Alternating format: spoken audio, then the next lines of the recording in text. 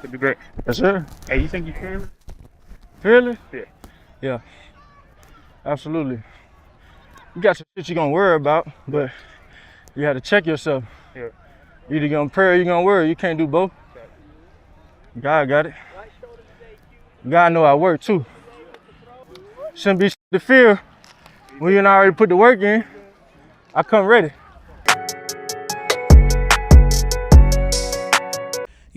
Yo, welcome back to the No Cut Sports Podcast with your host, Now Frazier. And today we got a few things we need to talk about, but before we get started, could y'all please like, comment, and subscribe to always catch this vibe, man. Y'all already know. So, and also before I go any further, I want to remind y'all that the 4th annual free book bag drive will be next weekend on Saturday, August the 10th at 828 North Hanover Street in Pottstown, PA. If you're in the area or the surrounding area, we would really appreciate if you could please just stop by, grab a book bag for your kids. Come talk to us, come chop it up with us. Me and my guys will be out there, and like I said before, we really do get great enjoyment giving back to our community. We'd rather see these kids in the book than in them streets. You feel what I'm saying? So, with that being said, man, let's get on to what we need to talk about today pertaining to the Philadelphia Eagles. I wanted to talk a little bit about the public practice. I wasn't able to attend. I was there last year, so I know the vibes was already high. They said they had about 50,000 of them people up in there, 50,000 fans, man, for a public practice. Shouldn't surprise us if you're a Philadelphia fan. Y'all know we travel heavy. But it was just great to see that they came out to support. This was some of the fans' first time, or probably most fans' first time, seeing first off, seeing Saquon Barkley, who was probably getting the most praise before Jalen Hurts came running out that tunnel. But seeing some of the guys that were recently drafted to the team, getting their first look. And it was just great to see, man. But I wanted to read these notes that I had here on, NBC Sports Philadelphia. I'm going to just go through them real quick, some of the things that stuck out to me. But like I said, they had 50,000 fans there. They were in full pads, about 2 hours and 9 minutes on a steamy summer evening, it says. It was their longest practice of the summer so far. Nick Sirianni takes these practices seriously and even had the players warming up like they would for a game. You even got to practice that. So that's good to see, man. But let's start off with the injuries, the players that weren't able to participate. So the players that they have down here are Oren Burks with a knee, as we've been talking about these last few days. Landon Dickerson was out with a knee, opposed to that lacerated toe that he had the first day of training camp. Mickey Garner. I know I always say my man's name wrong. I do apologize. But he had a hamstring injury. Josh Jobe had a concussion. And Tyler Steen had an ankle injury. So these are all things that we need to monitor throughout, the season, or throughout training camp, honestly. Season, still a little bit from the season. But we do have, I want to say is the next Friday is the scrimmage or a practice against the other team. I can't remember what team it is. I didn't even get to look into that, but I do know that's coming up. So, but it says here the new offensive lineman Nick Gates was at practice in number 61. He took reps as the third team left guard. He's a belly out type of lineman, so I can respect that, is what they said. So shout out to my man Nick Gates. As y'all know, we just recently acquired him. I don't want to say, and I'm gonna just elaborate on each topic. I do apologize, but I don't want to say our O-line is. I mean, we're kind of nicked up right now. I ain't gonna lie, but it's good that they're bringing in some type of depth here. I really haven't heard anything about Matt Hennessy, which is I guess that is what it is, but we do need some depth on that line, as you can see, and as I just read, some of these players are missing on that offensive line. It says even though that Dickerson wasn't practicing, his number was. He and Lane Johnson traded jerseys this evening, so Johnson was out there at number 69. Also continues on to say some depth chart notes from Thursday night. It says without Dickerson, the Eagles began the night with veteran Brett Toth at left guard, but rookie Trevor Keegan filled in later and got a bulk of the reps. Mekhi Becton continued to play right guard in place of Tyler Steen. Now, as y'all know, Tyler Steen is it's kind of honestly his job to lose. But with these guys being injured, some guys like Mekhi Becton can step in, who is our swing tackle that we recently acquired from the Jets. And he's been really making some noise, man. I think he got beat a couple times. I mean, which happens, you know what I'm saying? When you're in practice and stuff like that, it's going to happen. But it's good to see that Makai's out there. He's really taking heed to what Coach Stoutland's been saying to him or teaching him. He's been looking good so far, though. So and I'm for sure he's going to make the team with his talent. Like I said in previous videos, he's a first-round talent, so that's not something you easily want to pass up on. But so far, so good. He's been filling in for these guys that have been out, Landon Dickerson, Lane Johnson a few times. So it's just good that we do have somebody behind those guys that can step in and play at multiple positions. But I really want to see Tyler Steen, get into the fold of this. With him being out, injured and things like that, he is a little bit behind the 8-ball. So I do look forward to seeing more of him. As y'all know, Coach Stoutland also compared him to Brooks. So that's something else that we got to pay attention to, man. I'm really hoping that he can bounce back. Some other things we have here is in addition to Paris Campbell and John Ross, the Eagles worked in Johnny Wilson and Brenton Covey with the first-team offense. The Eagles even tried to fade the end zone to 6'6" Wilson, but they failed to convert. Now, Johnny Wilson, and I know some of y'all this might be your first time seeing me, but if you've been watching me since the beginning, I play Madden and things like that. So sometimes when they put the second team in, it would be Brenton Covey and it would be Grant Calcaterra, and I used to go off on Madden with these guys. So it was good to see that both of these guys are, when I'm speaking of Brenton Covey right now, but that Brenton Covey is getting reps at that wide receiver 3 position. I even said last year I didn't know why. Well, I kind of do know why, because, offensively, the mind wasn't there. Now you bring in somebody such as Kellen Moore that can utilize every position out here on this field and to the best of their ability and get these guys the ball. It's not going to be like how we really seen it last year where A.J. Brown and Devontae were getting most of the snaps. I know I don't want to skip too much into this because I did want to read the notes, but Dallas Goedert was a big focal point in the offense on Thursday night, and he's probably going to be a big focal point in the offense going forward, just for the simple fact that, and I said this before on the podcast, that Kellen Moore likes to utilize the tight end. He either does double tight end sets or 2 tight end sets, whatever the case may be, or he utilizes the tight end, such as like he would utilize a wide receiver or anything like that. But he might have him blocking and then have a delayed drag route or whatever the case may be. So Dallas had 3 touchdowns this past public practice, which was good to see. But more on that. But let's get back to Johnny Wilson as well. Johnny Wilson has really been making noise too at the wide receiver 3 position. As it's been said, a lot of people are speculating that the wide receiver 3 player or that position will be utilized in situational offensive schemes and things like that. I spoke about Johnny Wilson being utilized on the 3rd down and in the red zone. He makes it very hard for cornerbacks to guard him. If I have the picture, I'll put it up here. But he was in practice, man, and my man is just like over everybody. He's grabbing the ball, and then you can see Maddox in the back. I don't know who was in front, but there was a lot of people around, but he just high pointed that ball and came down with it. So even Jalen Hurts spoke, and I'll play that clip here. Example of that and how that showed up. We did one-on-ones the other day, and there was, Johnny Wilson shows up and makes 2 big-time catches, but, I tell him it's no surprise when you prepare, for those situations and you put the time in like that in the offseason and you spend that quality time together. So it shows. And there are a ton of other guys, out there showing up and making plays as well. But I think it comes down to the work. And so, all you want to do is quantify your work, find out what you want to improve on, master it, strive to master it, and then keep pressing forward. But for Jalen Hurts to say what he's saying about Johnny Wilson must mean he really does have some confidence in that young man. I think, and if you're asking me, which is why you're here, I really do think that he might be in the running for that wide receiver 3 between him and Paris Campbell. I know we heard some good things about John Ross and stuff like that, and I hope John Ross can make the team too, but there's only so many limited spots.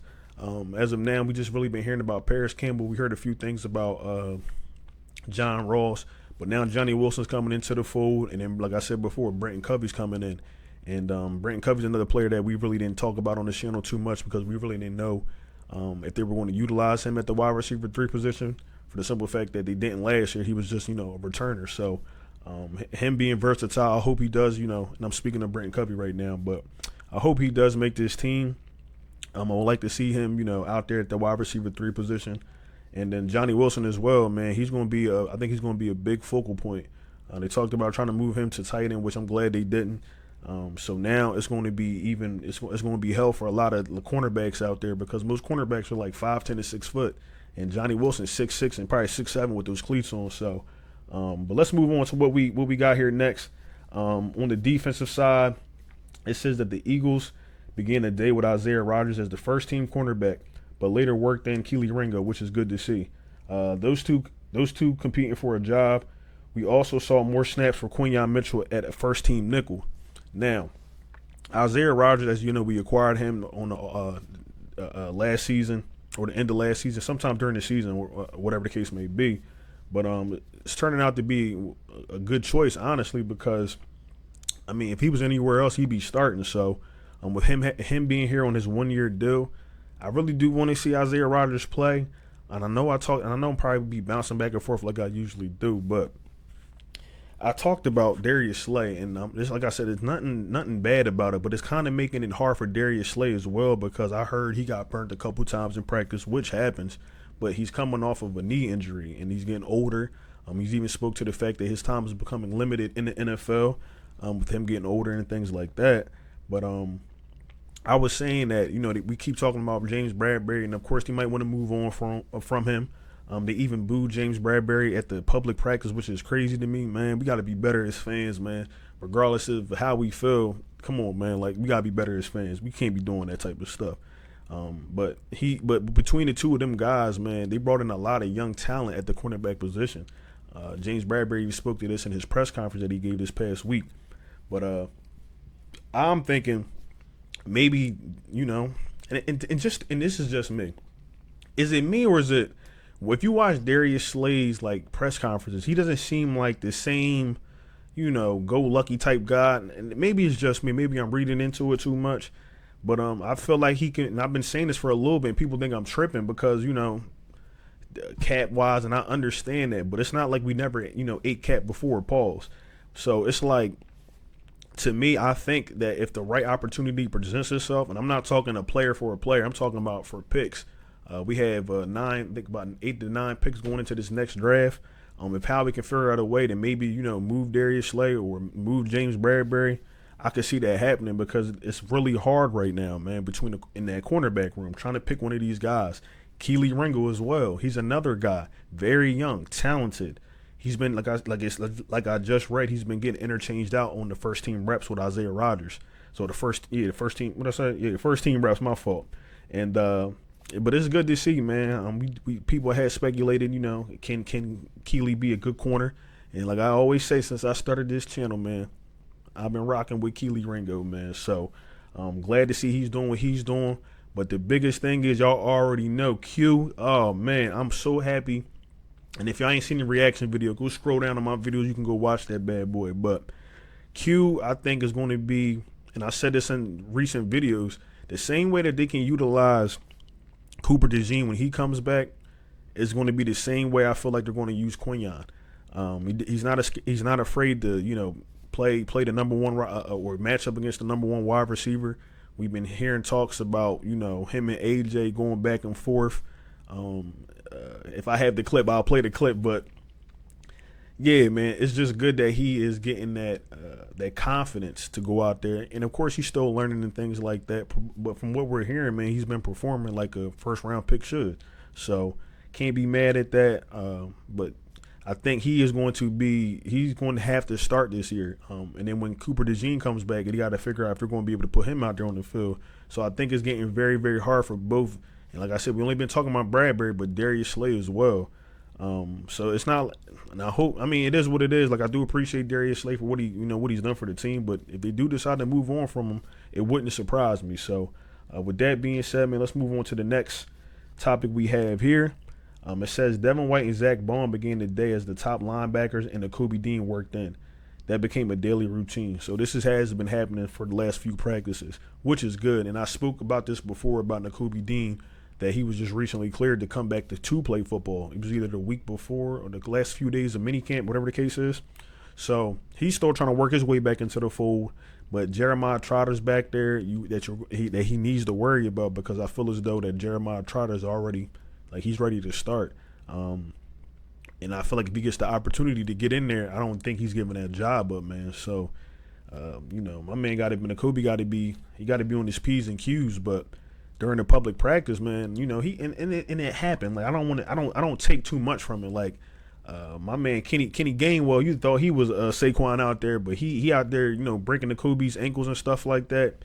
And then, like I said, it happens. But it's just, I just want to see Nakobe out there. I do think he has the talent. Very smart guy, picking up the blitz and stuff like that. So I feel it. Well, not picking up the blitz, I'm sorry, but blitzing and things like that.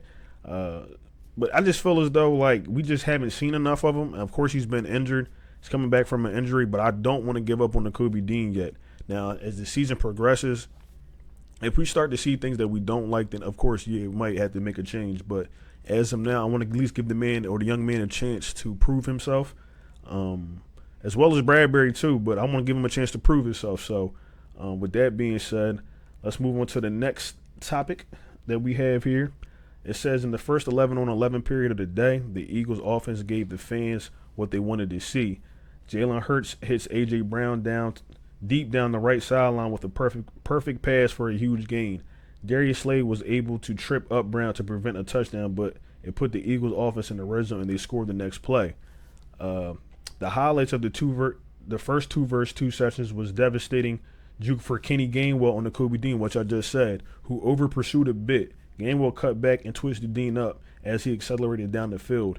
Gainwell got Dean a bit later too. So it was two incidences where he got Nakobe Dean. Like I said, Nakobe's still getting worked back in. You hate to see that, but at the same time, the defense is still getting acclimated to what you got to do. So can't read too much into that, but we'll see how that goes, right? The Eagles' first team scored on the first 3 possessions, twice against the first team defense, and once against the second team. And all of those drives were capped with a Dallas Goedert touchdown, like I spoke about earlier. Goddard caught 3 touchdown passes last year, so perhaps he has become a bigger part of the red zone offense in 2024, which he should have.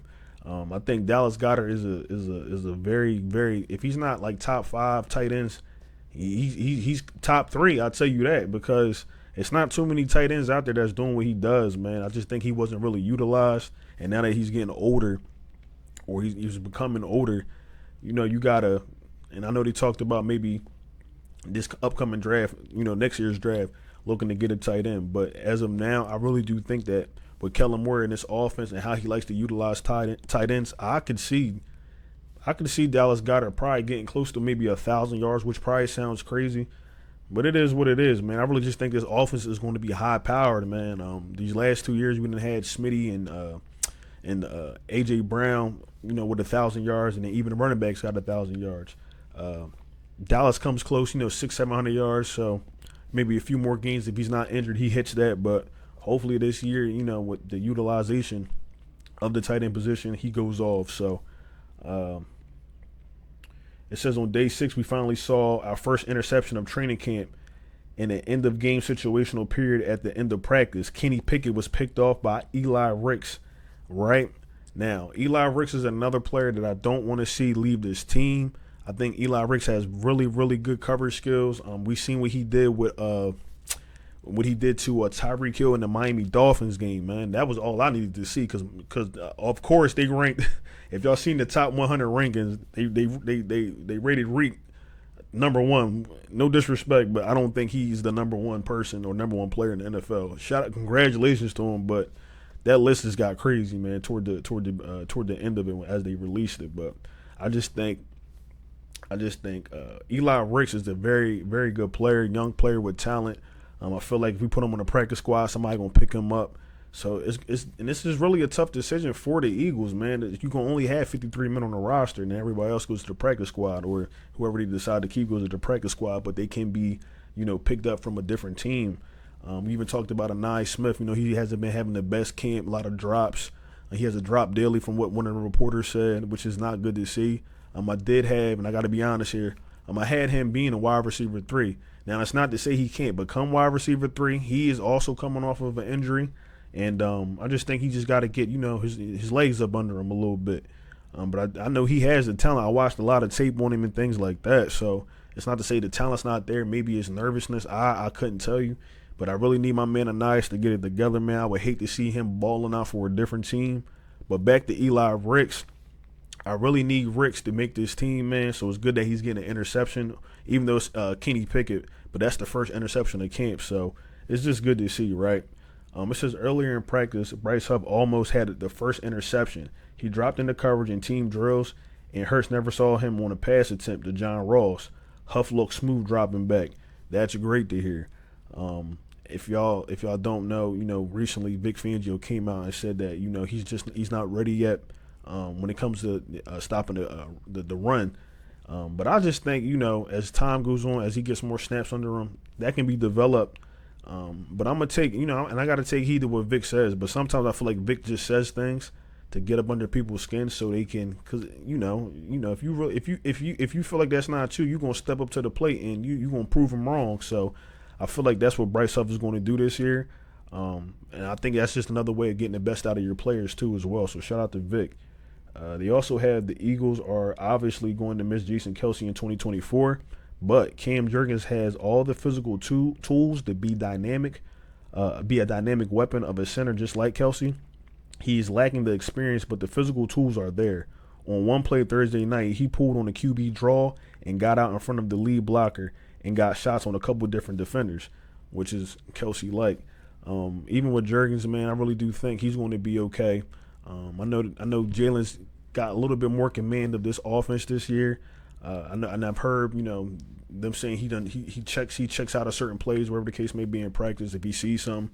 And I think with Jurgens too, with him playing, this is his natural spot. I think, it might take him a little bit, but this is his natural spot. I think he can get back into the groove of things as long as him and Jalen Hurts are on the same page. I also would like to see, because Jason Kelce had a crazy a crazy hike, you know what I mean, when he threw the ball to Jalen. So I would like to see how that dynamic works between Jurgens and Hurts now.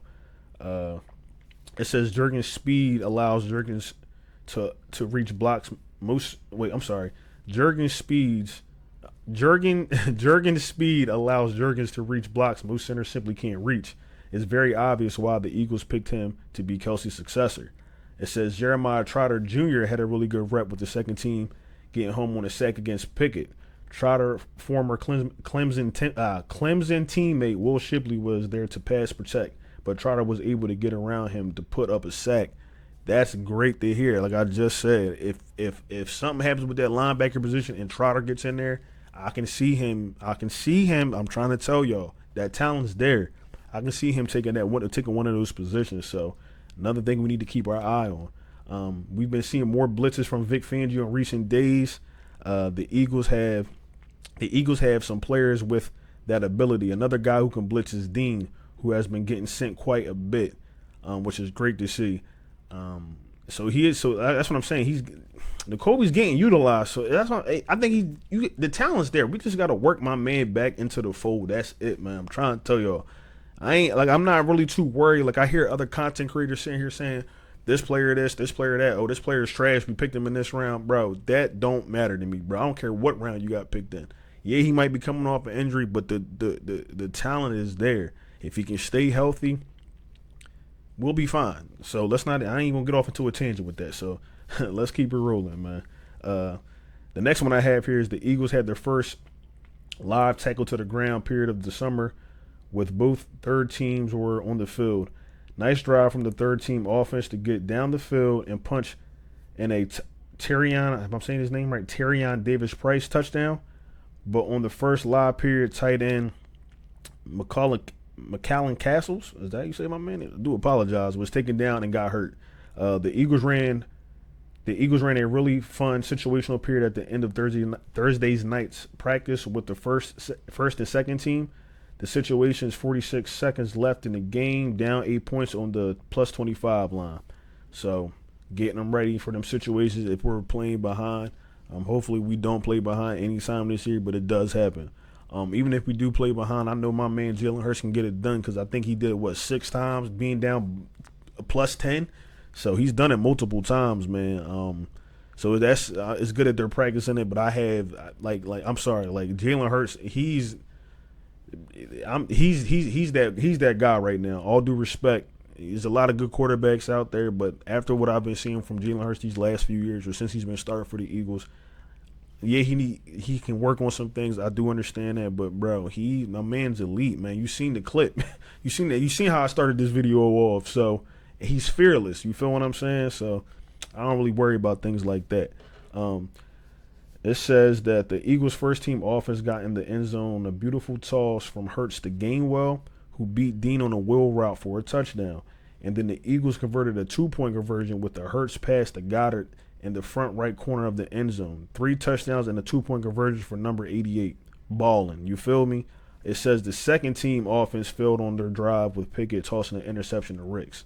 So those are the notes I think that's all the notes that they have here. Yeah, that's all the notes that they do have here. So a lot of good things we've been hearing. I also want to talk about Nolan Smith, man. Nolan Smith has been getting to the quarterback. They said he also beat Lane at the open practice. And I know there's some things they didn't cover here, but these are things I've seen in other places. So Nolan Smith's another guy that I think is going to have a breakout season. They said the speed is there. They even got other clips of him just getting to the quarterback. You can just see it. So the development is coming along with Nolan Smith.